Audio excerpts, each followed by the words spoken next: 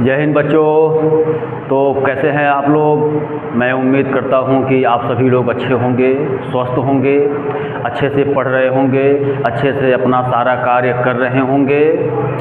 तो बच्चों इस वीडियो में हम लोग प्रश्नावली 4.3 के उदाहरण सॉल्व करेंगे, मतलब कि उदाहरण 7, उदाहरण 8 और उदाहरण 9। ये 3 उदाहरण हम लोग आज क्लियर करेंगे इस वीडियो में। इसके पहले वाले वीडियो में हम लोग बेसिक सीखे थे, बेसिक के बारे में जानकारी प्राप्त किए थे कि प्रश्नावली 4.3 में क्या है। ठीक है, तो बस जो बेसिक हम लोग इसके पहले वाले वीडियो में सीखे थे उसी नियम से यहाँ पर काम करना है उदाहरण 7, उदाहरण 8 और उदाहरण 9 में। ठीक है, तो फिर स्टार्ट करते हैं। अब देखो जी, प्रश्न उदाहरण 7 क्या कह रहा है। कह रहा है कि एक द्विघात समीकरण 2x² - 4x + 3 = 0 का विविक्त कर ज्ञात कीजिए और फिर मूलों की प्रकृति ज्ञात कीजिए। ठीक है, मतलब कि इसमें कह रहा है द्विघात समीकरण दे दिया गया है, कह रहा है पहले तो विविक्त कर ज्ञात कीजिए। ठीक है, जो कि सूत्र अभी इसके पहले वाले वीडियो में सूत्र बताया गया है, विविक्त कर D = B² - 4AC। ठीक, इस फार्मूले के द्वारा अभी हम लोग विविक्त कर ज्ञात करेंगे। उसके बाद मूलों की प्रकृति भी बतानी है। तो मूलों की प्रकृति बताने का हम 3 नियम बताए हैं। ठीक है, 3 प्रकार से हम मूलों की प्रकृति बताते हैं। तो यहाँ पर जो है हम लोग विविक्त कर देख कर ही बताएंगे मूलों की प्रकृति। इसके पहले जो नियम लिखवाया गया था उसमें हम लोग 0 से छोटा, 0 से बड़ा या 0 के बराबर ऐसे करते हुए मूलों की प्रकृति जो नियम लिखे हैं ऐसे करते हुए लिखे हैं कि भाई B² - 4AC 0 से बड़ा अगर हो जाएगा तो 2 मूल वास्तविक तथा अलग अलग। ठीक, B² - 4AC बराबर 0 हो जाए, अगर खुद वो B² - 4AC सॉल्व करके खुद 0 मिल जाए तो कहते हैं 2 मूल वास्तविक तथा समान। उसके बाद B² - 4AC बराबर 0 ये सॉल्व करें हम लोग तो B² - 4AC अगर ये पूरा ऋणात्मक मिल जा रहा है सॉल्व करने के बाद, तो फिर हम उसको देखकर कहते हैं कि भाई कोई मूल वास्तविक नहीं, अर्थात मूल काल्पनिक है। तो ये हम 3 प्रकार से बताते हैं मूलों की प्रकृति। लेकिन यहाँ पर विविक्त कर को ही देखकर बताएंगे हम लोग कि मूलों की प्रकृति क्या है। ठीक है, बात वही चीज़ है, बिल्कुल वही चीज़ है। विविक्त कर देखकर बताएं या वो 0 से बड़ा, 0 या 0 के बराबर या 0 से छोटा, वो देखकर बताएं जैसे नियम में लिखवाया गया है। तो ये आप लोग की मर्जी। तो फिलहाल यहाँ पर तो भाई पहले विविक्त कर ही ज्ञात करें हम लोग। तो भाई सबसे पहले कि समीकरण, मतलब कि यहाँ पर देखो पहले हल लिखा जाए। समीकरण ax² + bx + c = 0 से दिए गए द्विघात समीकरण की तुलना करने पर, दिए गए द्विघात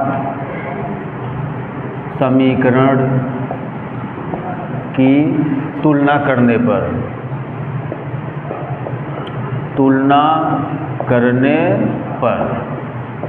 ठीक है। तो भाई तुलना करें तो भाई वहाँ से निकालो। अब a का मान 2, b का मान -4, c का मान +3। ठीक है, और d अब विविक्त कर पहले ज्ञात करना है। तो विविक्त कर D = B² - 4AC। देखो जी ये फार्मूला लिखवाया, अभी इसके पहले वाले वीडियो में सब बताया गया है एकदम। ठीक है, तो बस ये विविक्त कर का फार्मूला है, ये देखें हम लोग क्या आता है भाई। तो B का मान -4, A का मान 2, C का मान 3। ठीक है ना, मान पुट कर दिया गया सब। अब सॉल्व करें भाई, इसे जो आएगा यही आंसर हो जाएगा। तो देखो +16, 4 दूना 8, 8 त्रिक 24, यानी कि घटकर आ जाएगा ये -8। तो भाई ये तो हो गया विविक्त कर, एक आंसर हुआ अभी। उसके बाद अभी हमें मूलों की प्रकृति भी बतानी है। तो मूलों की प्रकृति भाई हम यहाँ विविक्तकर को ही देखकर बताएंगे मूलों की प्रकृति, अलग से अब कुछ काम हम यहाँ नहीं करेंगे, ठीक है। तो ये भी नियम देख लो, मूलों की प्रकृति क्या है। तो एक बार और सुन लो, जो कल वाले वीडियो में हम लोग जैसे जो नियम लिखवाए हम, वो तो भाई 0 से बड़ा, 0 से छोटा या 0 के बराबर ऐसे लिखवाया गया था। ऐसे भी हम बता सकते हैं केवल विविक्तकर को देखकर, ठीक है। अगर विविक्तकर प्लस में आया मतलब पॉजिटिव प्राप्त हुआ तो हम कहते हैं 2 मूल वास्तविक तथा अलग अलग, ठीक है। अगर विविक्तकर 0 आया तो हम कहते हैं कि 2 मूल वास्तविक तथा समान, ओके।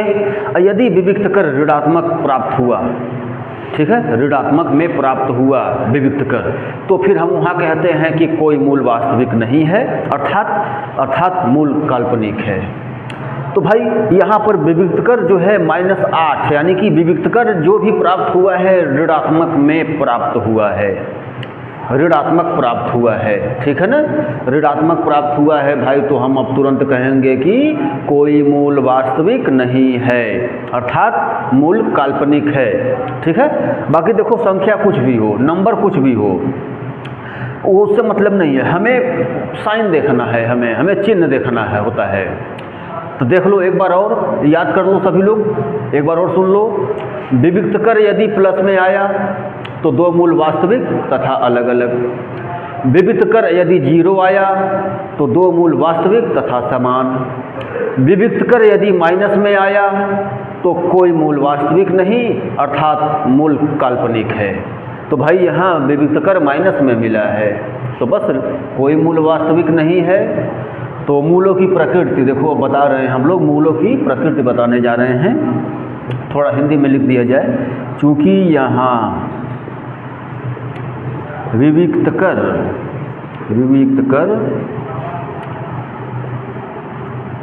ऋणात्मक प्राप्त हुआ है, इसलिए कोई मूल वास्तविक नहीं होगा, इसलिए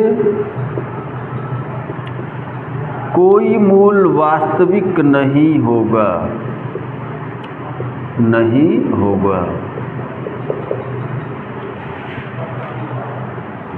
अर्थात मूल काल्पनिक है, अर्थात मूल काल्पनिक है। देखो जी, ये पूरा फुल कंप्लीट हम लोग पहले विविक्तकर के याद किए, ठीक। उसके बाद फिर इसी विविक्तकर को ही देखकर मूलों की प्रकृति भी बता दिए। तो दोनों काम हो गया। ये उदाहरण 7 क्लियर, ओके।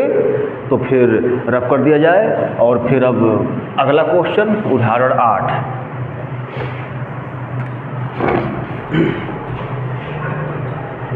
अब देखो जी उदाहरण 8, 13 मीटर व्यास वाले एक वृत्ताकार पार्क की परिसीमा के एक बिंदु पर एक खंभा इस प्रकार गाड़ना है कि इस पार्क के एक व्यास के दोनों अंत बिंदुओं पर बने फाटकों A तथा B से खंभे की दूरियों का अंतर 7 मीटर हो, ठीक।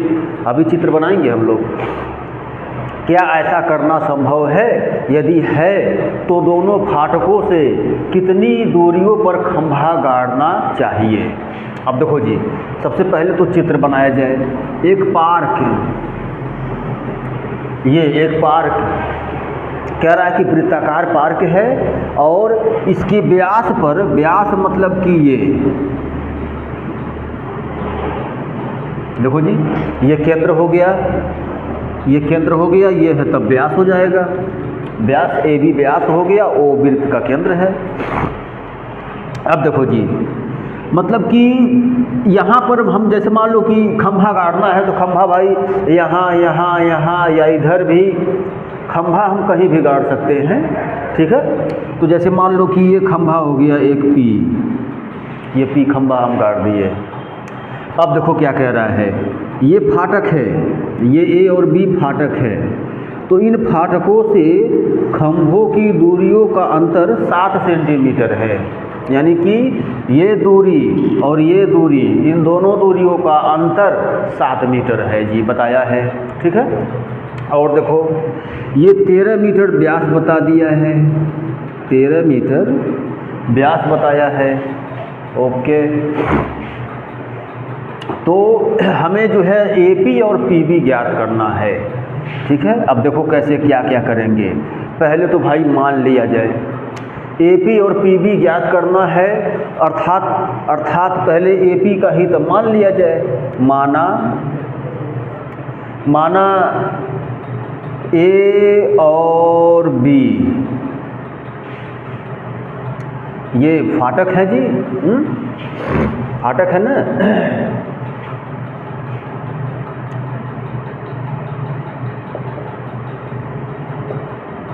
दो फाटक है, ठीक है, तथा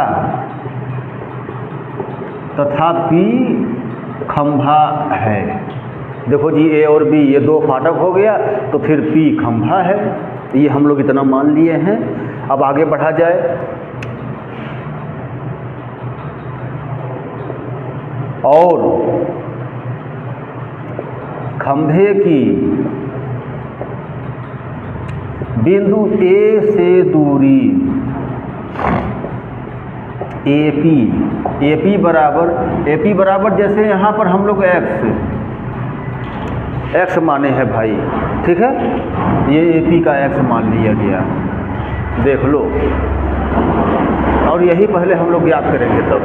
अब हमें PB का और देखना है, तो PB का देखो जी, इन दो भुजाओं का अंतर 7 है। ठीक है ना, अंतर 7 बताया है क्वेश्चन में। तो अगर ये इतना हम x मान ले रहे हैं, तो ये x + 7 होगा।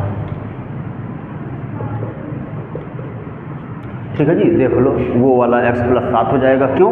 क्योंकि दोनों का अंतर 7 है। अंतर मतलब कि घटाना, माइनस में। ठीक है ना, अंतर मतलब डिफरेंस। तो अगर ये हम x माने हैं अपने तरफ से, तो ये x + 7 हो जाएगा। ओके, तो फिर बाकी ये 13 हमें पता है ही। अब देखो अब क्या करना है। यहाँ पर ये वृत्त है, वृत्त में AB व्यास है, तो फिर जो है ये व्यास है, तो आधा वृत्त वो इधर हुआ, आधा वृत्त ऊपर हुआ। ठीक, अब नियम ये होता है कि अर्धवृत्त में बना कोण समकोण होता है। ठीक, यानी कि देखो जी, ये 90 अंश का कोण है जी। ये अर्धवृत्त में बना कोण समकोण होता है। ओके, तो फिर वो 90 डिग्री कोण है, यानी कि APB एक समकोण त्रिभुज बना, और एक समकोण त्रिभुज में तब हम पाइथागोरस प्रमेय का प्रयोग करेंगे, तो वहीं से x का मान भी ज्ञात हो जाएगा। ठीक है, तो देखो जी, ये तो इतना मानना था, तो हम लोग मान लिए। ठीक है, अब हम लोग यहाँ पर लिखें कि त्रिभुज APB में कोण P बराबर 90 अंश है। भाई अर्धवृत्त में बना कोण समकोण होता है, इसलिए। ठीक है ना, इसलिए पाइथागोरस प्रमेय के द्वारा, पाइथागोरस प्रमेय, एक समकोण त्रिभुज में पाइथागोरस प्रमेय क्या होता है बताएं आप लोग, पता होना चाहिए आप लोगों को। तो एक पाइथागोरस प्रमेय मतलब इस समकोण त्रिभुज में कर्ण स्क्वायर बराबर लंब स्क्वायर प्लस आधार स्क्वायर, कर्ण स्क्वायर बराबर लंब स्क्वायर प्लस आधार का स्क्वायर, ये पाइथागोरस प्रमेय। अब वहाँ पर देखें जी, कर्ण क्या है, तो कर्ण ये भी पता होगा आप लोगों को कि एक समकोण त्रिभुज में 90 अंश के सामने वाली भुजा को कर्ण कहते हैं। ठीक, तो कर्ण यहाँ पर AB हो गया है। उसके बाद लंब और आधार तो तुम्हारी मर्जी, कोई सा मान लो लंब और आधार। तो ये लंब का स्क्वायर कर दो और ये कर दो आधार का स्क्वायर। ओके, ठीक है जी, अब आगे बढ़ रहे हैं हम लोग, यहीं से x का मान प्राप्त होगा। तो भाई अरे नाम लिखा जाए पहले, ये पहले नाम लिख दिया जाए, फिर बाद में हम लोग मान बाद में रखेंगे। उसके नीचे लंब का नाम यहाँ पर AP कर दिया जाए और आधार का नाम PB कर दिया जाए। अब मान रखो अब हमें 13 यहाँ से पता है, यहाँ से ए बी पता है, देखो जी यहाँ से पी बी पता है, सब कुछ है इसमें। और यही आगे बढ़ रहा तो अभी द्विघात समीकरण मिल जाएगा, फिर वहीं से x का मान पता चलेगा। ठीक है, बाकी हमें आंसर में ये भुजाएं और ये भुजा ज्ञात करनी है, ये दो भुजाएं ज्ञात करनी है आंसर में। तो भाई चलो यहाँ पर 169 हुआ, यहाँ पर एक्स स्क्वायर, यहाँ तो भाई ए प्लस बी का होल स्क्वायर, यानी कि a square plus b square plus 2ab। देखो जी ये ओके, बस आगे बढ़ाएं हम लोग, अब आगे बढ़ते रहें स्टेप बाय स्टेप। देखो जी ये दोनों ऐड करेंगे, 2x स्क्वायर, उसके बाद एक काम करो ये प्लस में 14x लिखो, उसके बाद ये प्लस में 49 लिखो, और फिर 169 का पक्षांतर भी करो। ओके, तो भाई इधर कुछ नहीं बचा, जीरो बचा तो हम इधर जीरो न लिखकर उधर जीरो लिखेंगे। ये देखो जी अब यहीं से द्विघात प्राप्त होगा। तो ये ऊपर का रफ कर दिया जाए, ऊपर का रफ करके हम लोग ऊपर सॉल्व कर रहे हैं।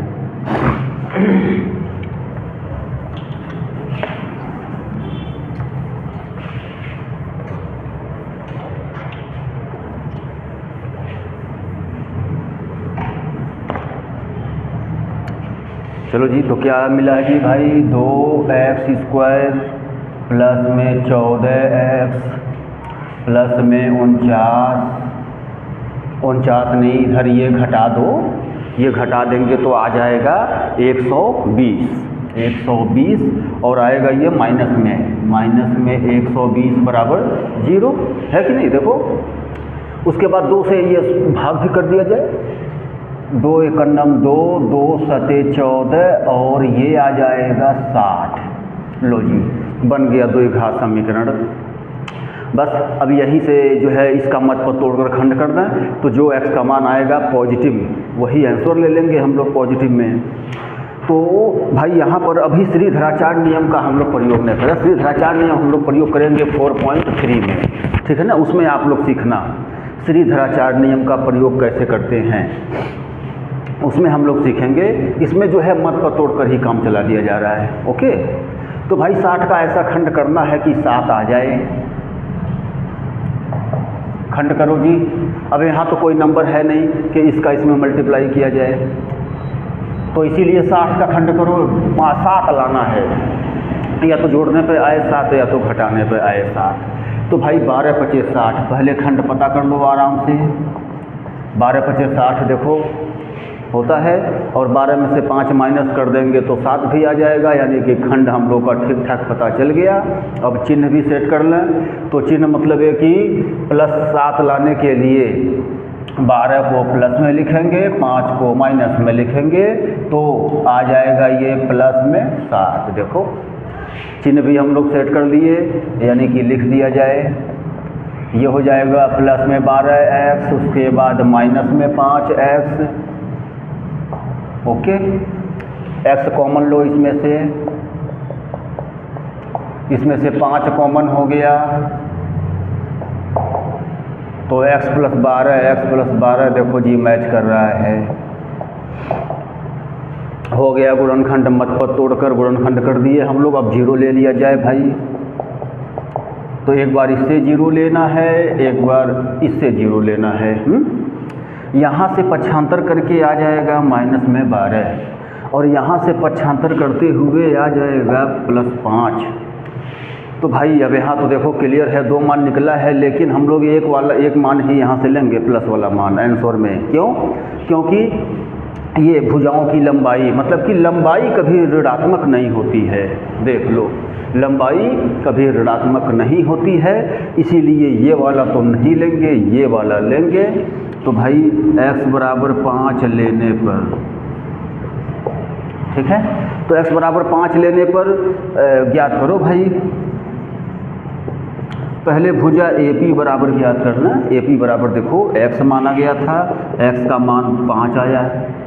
उसके बाद PB बराबर ज्ञात करना है, तो PB बराबर भाई x + 7 है,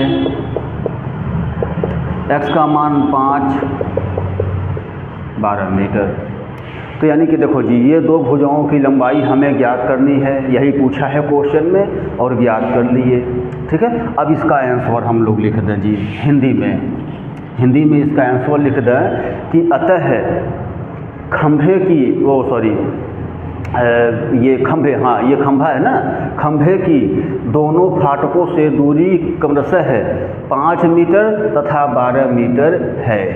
ये लिख दिया जाए, अतः खंभा P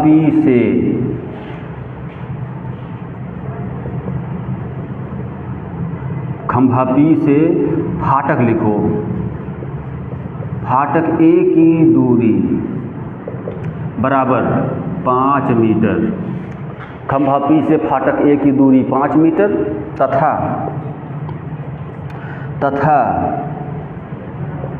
खंभा P से फाटक B की दूरी बराबर 12 मीटर। तो ये इस प्रकार आंसर, ठीक है। तो देख लो, कुछ नहीं, पाइथागोरस प्रमेय ही बना, उसमें पाइथागोरस प्रमेय लगाए तो द्विघात समीकरण मिला, हल कर दिए, आ गया आंसर। तो बस देख लें, ये क्वेश्चन ओके क्लियर। उदाहरण 8 आप लोगों का ओके को रफ कर दिया जा रहा है, और फिर अब उदाहरण 9।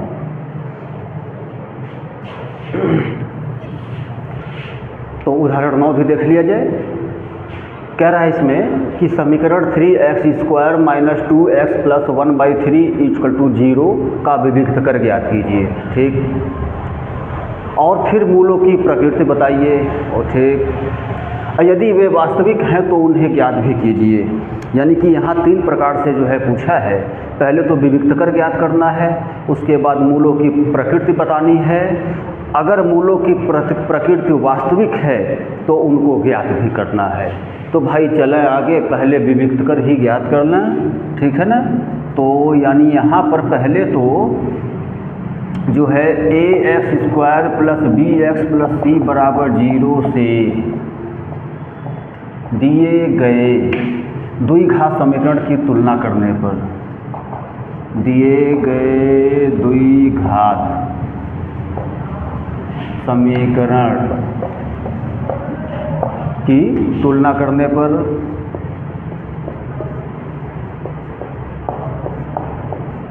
तुलना करो जी। a का मान 3, b का मान -2, c का मान 1/3। देखो जी, ये सब निकला। अब विविक्त कर ज्ञात करना है, तो विविक्त कर d बराबर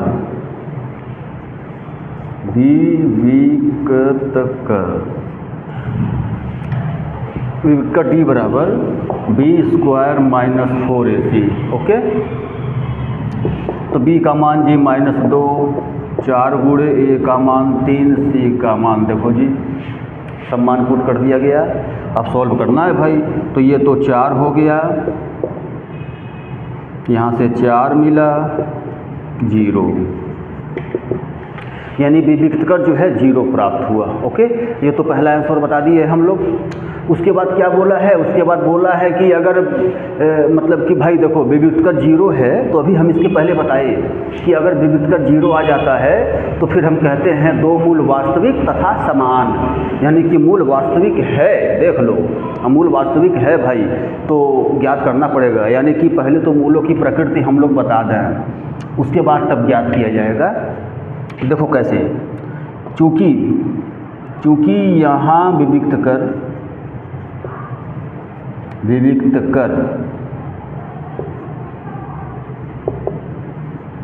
ऋणात्मक, और सॉरी ऋणात्मक कहाँ, शून्य प्राप्त हुआ है, शून्य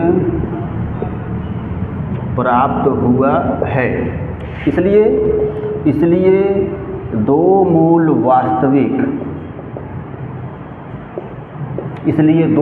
वास्तविक तथा समान होंगे। लो जी, एक आंसर ये भी ले लो, ठीक है ना। इसलिए दो मूल वास्तविक तथा समान होंगे, क्योंकि विविक्त कर 0 मिला इसलिए। उसके बाद भाई वास्तविक है तो ज्ञात भी करना है, तो ज्ञात भी कर लिया जाए। तब क्या करना है, तो मत पद तोड़कर ही खंड कर दिया जाए। चलो तो हम लोग जो है मत पद तोड़कर इसका खंड हो जाएगा, देखा जाए भाई मत पद तोड़कर हो सकता है कि नहीं। पहले ये 3 का गुणा कर दें तो बटे में ख़त्म,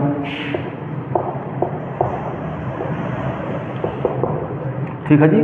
मत पद तोड़कर तो हो ही जाएगा, देख लो ये देखो बटे में ख़त्म हो गया। तो अब आराम से हम मत पद तोड़कर गुणनखंड इसका कर सकते हैं।